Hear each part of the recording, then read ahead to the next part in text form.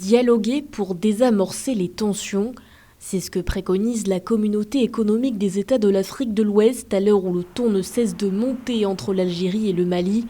Dans un communiqué publié le 9 avril, l'institution ouest-africaine s'est dit vivement préoccupée par les tensions diplomatiques qui persistent entre les deux États. Un bras de fer causé par l'abattement d'un drone de l'armée malienne à la frontière entre l'Algérie et le Mali.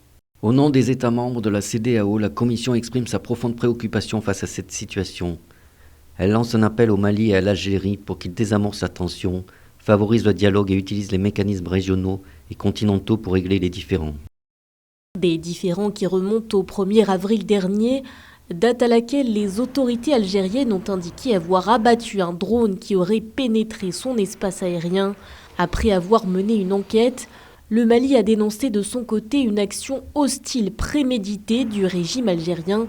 Une escalade de tensions suivie de près par la population malienne. À Kati, ville de la région de Koulikoro au centre-ouest, les citoyens se sont mobilisés pour défendre la souveraineté nationale.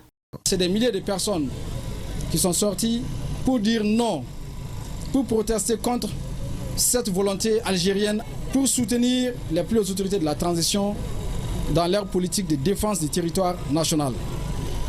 Comme le Mali a aidé la France à se libérer, il a été aussi pour l'Algérie un soutien de taille pour l'extraire du joug colonial.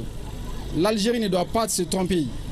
Nous sommes des frères. Les tensions sont telles que le gouvernement malien a par ailleurs adressé une lettre datée du 7 avril au Conseil de sécurité de l'ONU.